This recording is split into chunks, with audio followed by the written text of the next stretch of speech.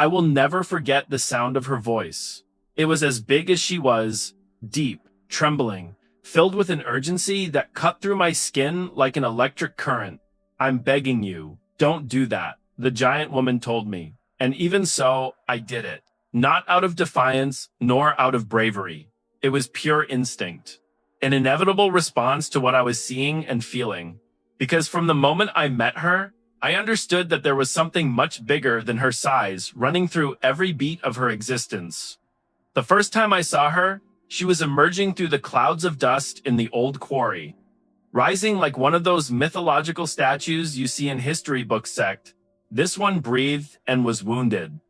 She was maybe 10 meters tall, perhaps a little more. Her long honey-colored hair fell like a shining cascade over her shoulders. She wore a thick fabric tunic, torn on one side, and her luminous skin was marked by a long, dark, recent cut. I had gone there just to photograph the stars from a secluded place, but it ended up being the place where my life changed forever. Antes de empezar, les pido que se suscriban al canal, den un me gusta y nos digan desde qué parte del mundo nos escuchan. Esto nos ayuda a traerles más historias como esta. ¡Vamos! She saw me before I could take a single step back. "Please, don't run," she asked, with a voice that rumbled through the rocks. And I didn't run. I couldn't. Something in her gaze, a mix of pain and fear, pinned me to the ground.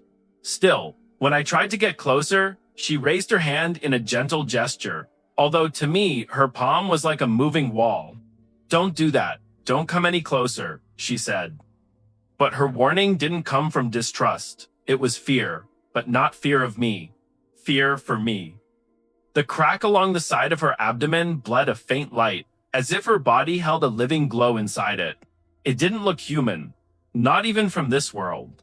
The air around her vibrated with a strange heat that made my hands tremble. "You're hurt," I whispered. She closed her eyes for an instant, as if that simple acknowledgement touched her more deeply than I imagined.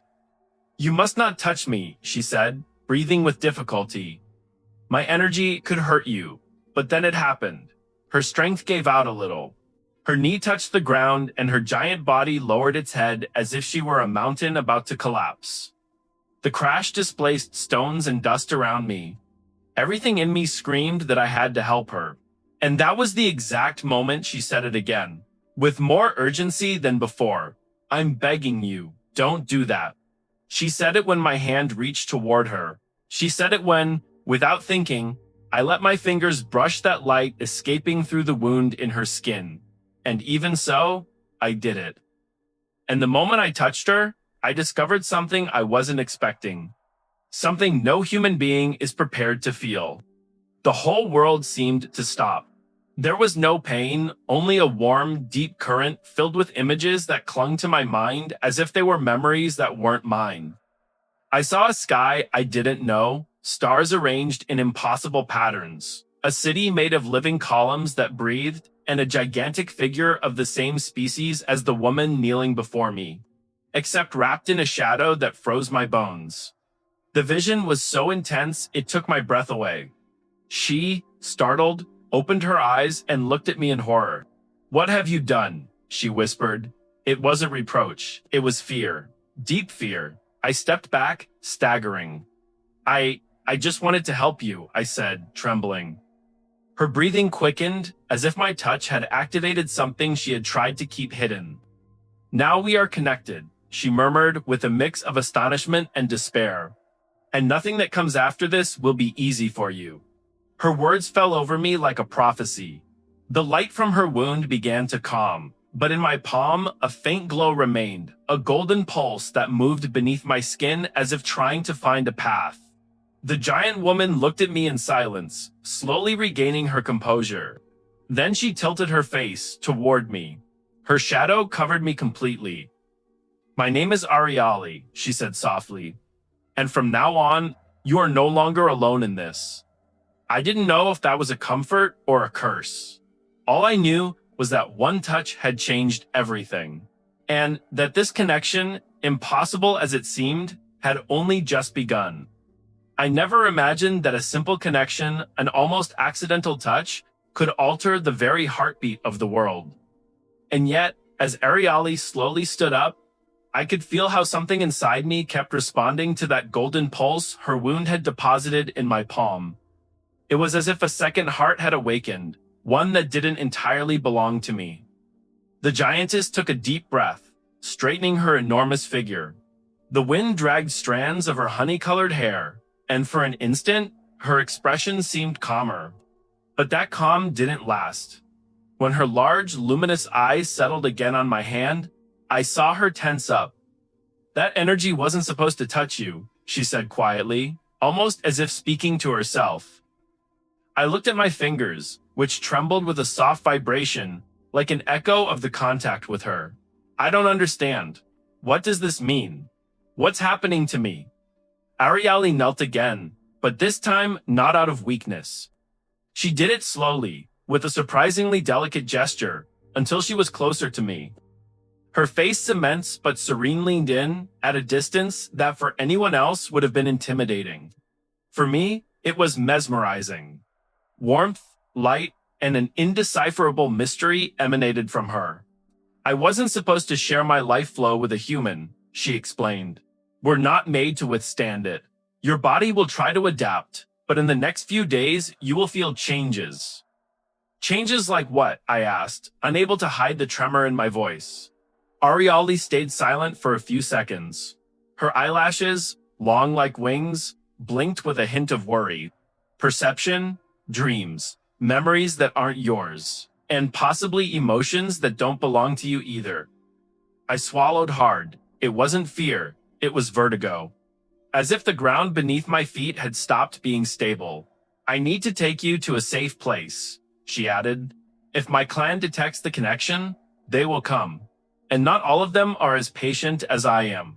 "Your clan?" I asked, stepping back without realizing it. "There are more like you," Ariali sighed, and that sigh made the air and the stones vibrate. "Yes, and not all of them believe humanity should know that we exist." The idea struck me like a lightning bolt. If Ariali was real, if that light, that wound, that energy were real, then there was an entire hidden world, one that my accidental touch had unearthed. She extended her giant hand toward me, open, like a platform. "Get on, we must move before the trace of my fall attracts others." I looked at her, hesitant. That hand was so big I could fit entirely in her palm. And yet everything about it conveyed care.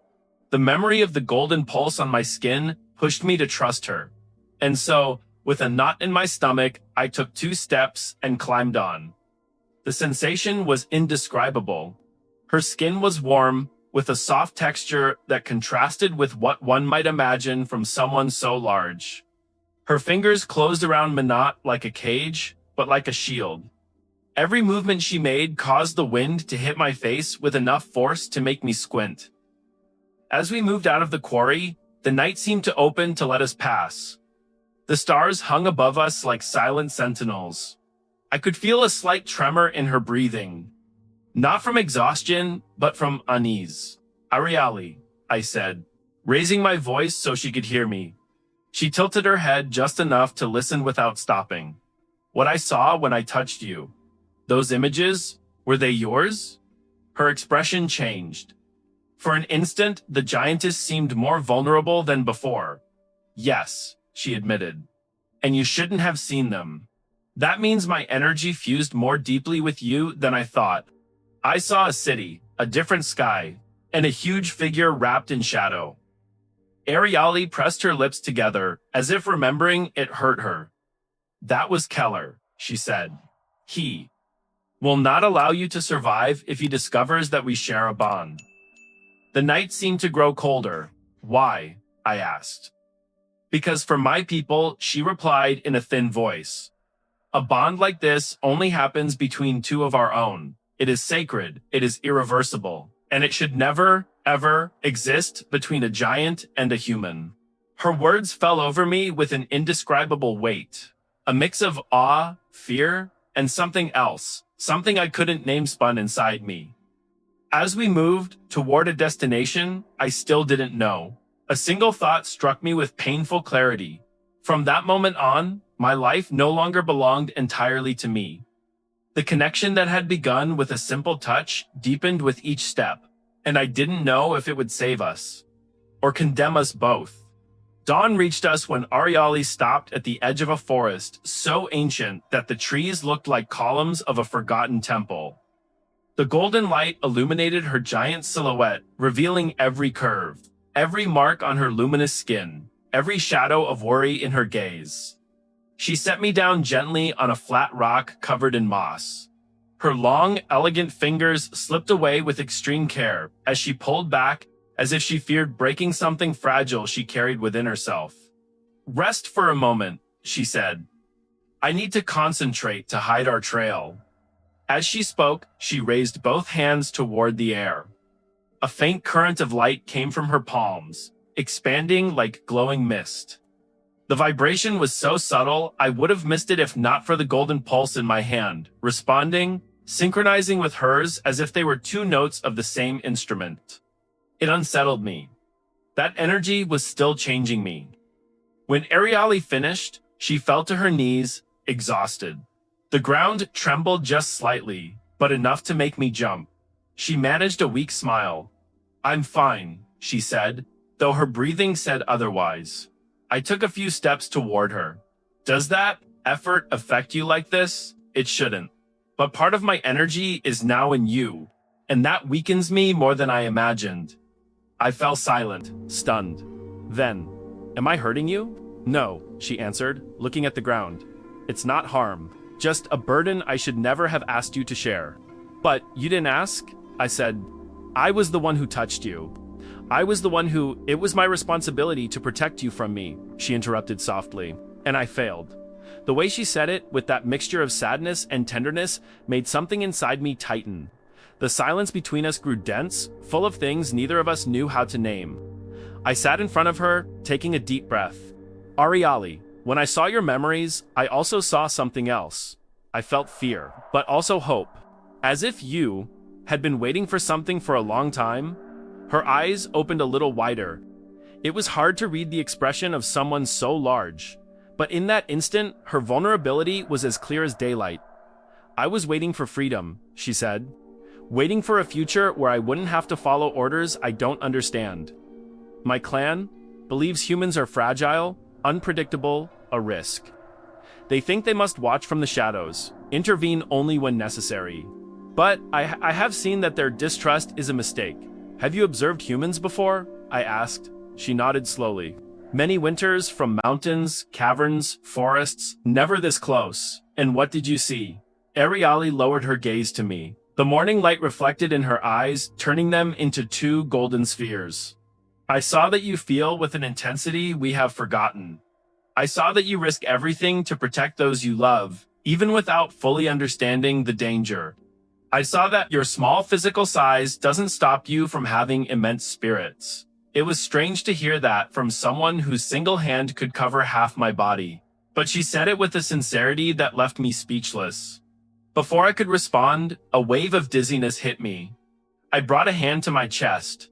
The inner pulse, that golden vibration, intensified suddenly. It didn't hurt, but it wrapped me in a sensation of expansion, as if something inside me wanted to open its eyes. Ariali leaned toward me quickly. "You're feeling the first effects," she said, worried. "The energy is trying to bind itself to your system. Don't fight it, but what is it doing to me?" She closed her eyes, searching for words. "It's connecting you more deeply to me, to my emotions, my senses, even my memories. It's a total bond." "Total," I whispered. "If one feels pain, the other could feel it too," she explained. "If I sense danger, you will know it as well. And if something tries to separate us." She didn't finish the sentence. The silence turned cold. "Ariali," I said, trying to stay calm. "What happens if your clan finds us?" She lifted her gaze toward the forest, as if she could see beyond the trees, as if seeking invisible presences. "If Keller detects our connection, he will consider you a threat, and he will come for you." "And you?" I asked. "What would you do?" Ariali inhaled slowly, and when her gaze returned to mine, I saw something I didn't expect. Pure, fierce, radiant determination. I will protect you, she said, even if that means facing my own. The earth seemed to fall silent at that declaration. I felt the golden pulse in my hand accelerate, as if responding to her voice, as if part of me accepted that bond without resistance. As the wind stirred the leaves of the forest, I understood something I never could have imagined. Ariali wasn't only afraid of her clan, she was afraid of what her connection with me might mean for both of us. And even so, she did not step back. The first sign came as a shiver in the air. We were in silence, trying to regain our strength, when a deep vibration shook the forest. It wasn't a sound, nor a clear movement. It was a kind of invisible echo, as if a wave had crossed the earth and climbed up the trunks until it reached my bones. Ariali went rigid instantly. I felt it too, a stab in my chest, an electric jolt in the palm where the golden energy was still pulsing. What was that? I asked, though I already imagined the answer. A call, Ariali murmured, her voice almost broken. A trace of recognition. Someone from my clan has activated a search sensor. They have detected my fall. And my energy. A knot formed in my throat. Does that mean they're coming here? No, she replied. It means they're already here. The silence of the forest became unbearably heavy. Not a bird. Not an insect. Nothing. As if life itself had decided to hold its breath. Ariali lifted me with a quick, precise motion, placing me on her shoulder, securing me between strands of her honey-colored hair. I could feel the warmth of her skin through her torn tunic. Hold on tight, she said. If you fall now, I wouldn't be able to stop you. She didn't need to say it twice. I clung to the thick fabric covering her shoulder as Ariali began to move in wide, silent, almost feline steps, despite her size. Each of her movements was a poem of caution and strength. But with every step we took, the vibration grew stronger, and so did mine. The connection was reacting to the danger. I could feel an internal tremor, as if my senses were expanding beyond anything human. Suddenly, I heard something. Not with my ears. With something else. A distant crack. A faint glow behind the trees. A massive presence moving like a walking eclipse. Arieli, I whispered, there's someone to our right. She stopped abruptly. You feel him? I nodded, surprised even at being able to do so. Yes, he's searching. For something. For us, Ariali closed her eyes for a moment. The connection is already sharing my perception with you. That shouldn't be possible this quickly. Is that bad? She opened her eyes. And the answer was in them. It's dangerous. Before I could process it, a deep voice, resonant like a mountain, speaking, thundered through the trees. Ariali, the sound swept through the entire forest. The leaves trembled, and so did my heart. Ariali clenched her teeth. Her entire body tensed like a cord, ready to snap. Keller, she murmured. The giant emerged from between the trees like a colossus carved from obsidian. He was even larger than Ariali, perhaps 12 meters tall. His skin had a dark sheen, and his eyes were two cold embers that seemed to look through me, even though he hadn't seen me yet. His tunic, far more elaborate, had markings that looked like living runes, pulsing in a slow pattern. Each step he took seemed to tilt the world. Ariali instinctively hid me between her hands, as if I were a small spark of life she needed to protect from a hurricane. They've been looking for you, Keller said. His voice wasn't aggressive, but it carried something I didn't understand. Absolute authority. And they've found me, Ariali replied, standing firm. Are you hurt? He asked. I'm fine. Keller tilted his head slightly. Then, show me your energy. Your flow must be restored. Ariali stepped back. No. The silence turned icy. Keller studied her posture, and something changed in his gaze. Ariali, what are you hiding? She drew a deep breath. I felt that breath enter and leave as if it were my own. A drop of golden light escaped from the wound on her side, as if something in the environment had provoked it. Keller saw it, and his expression shifted into pure horror.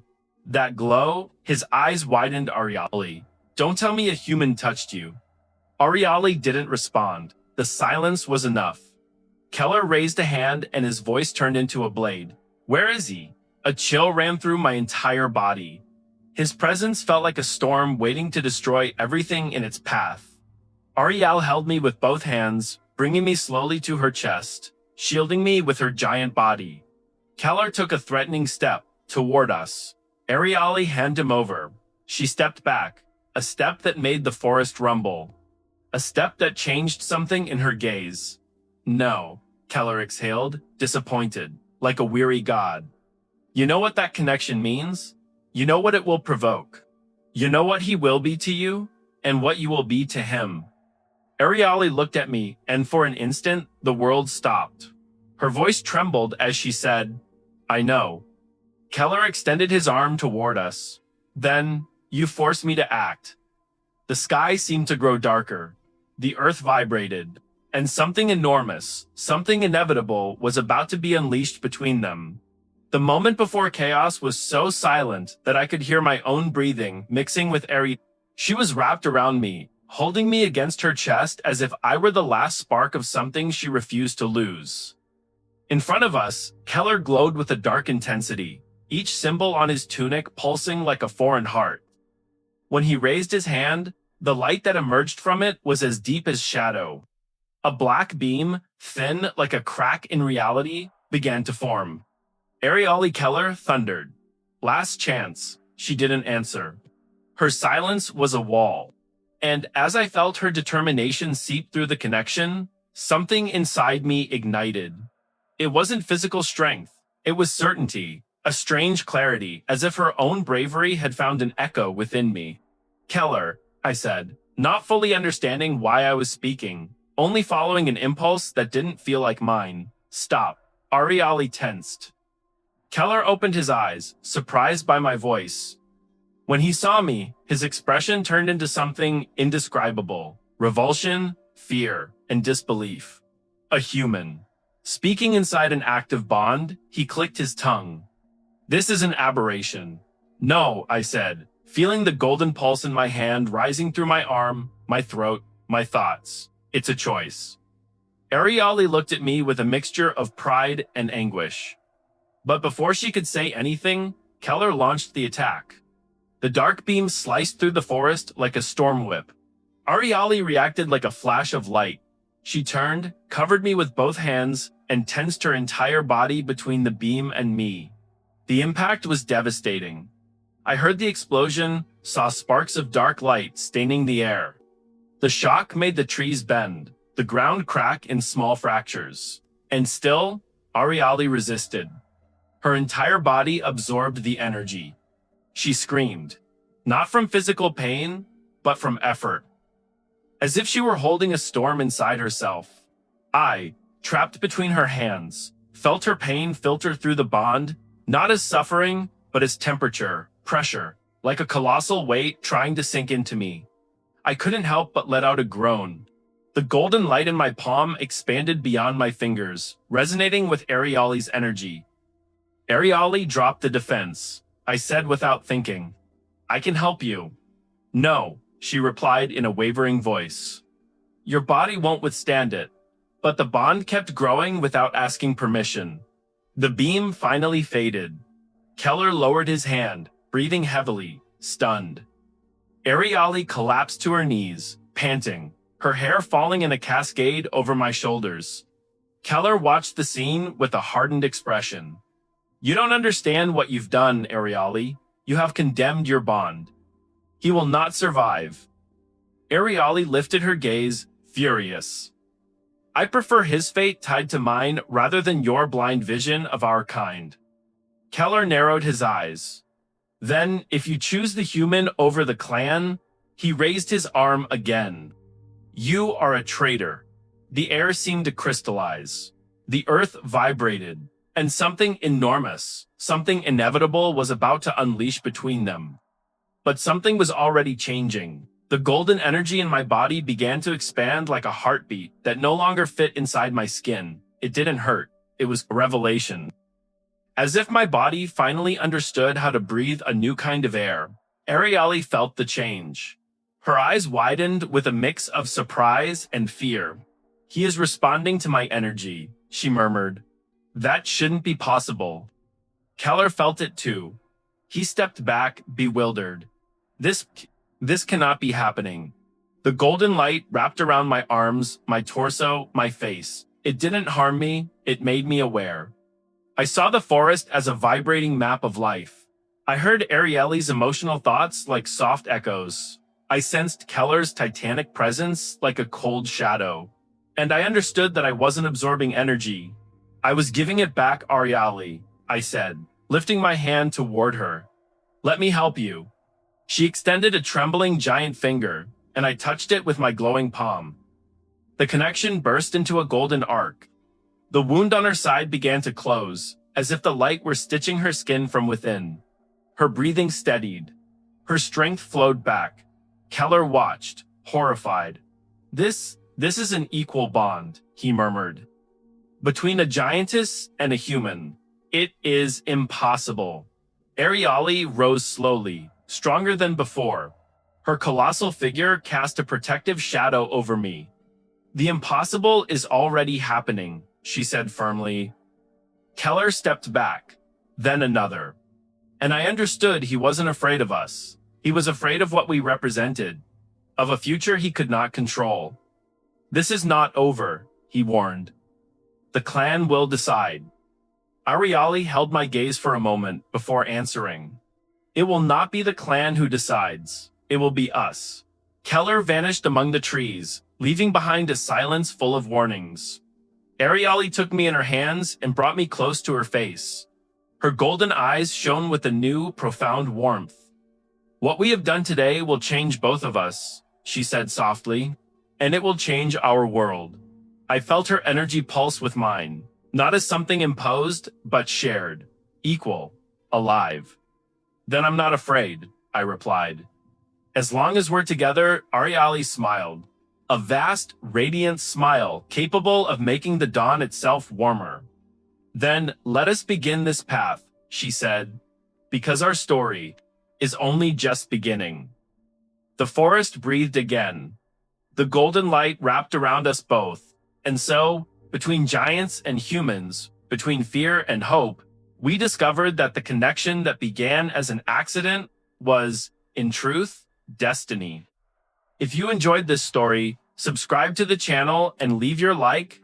That helps us keep bringing more enchanting stories like this one to brighten your day. And tell us in the comments from which city in the world you're listening to us. See you next time.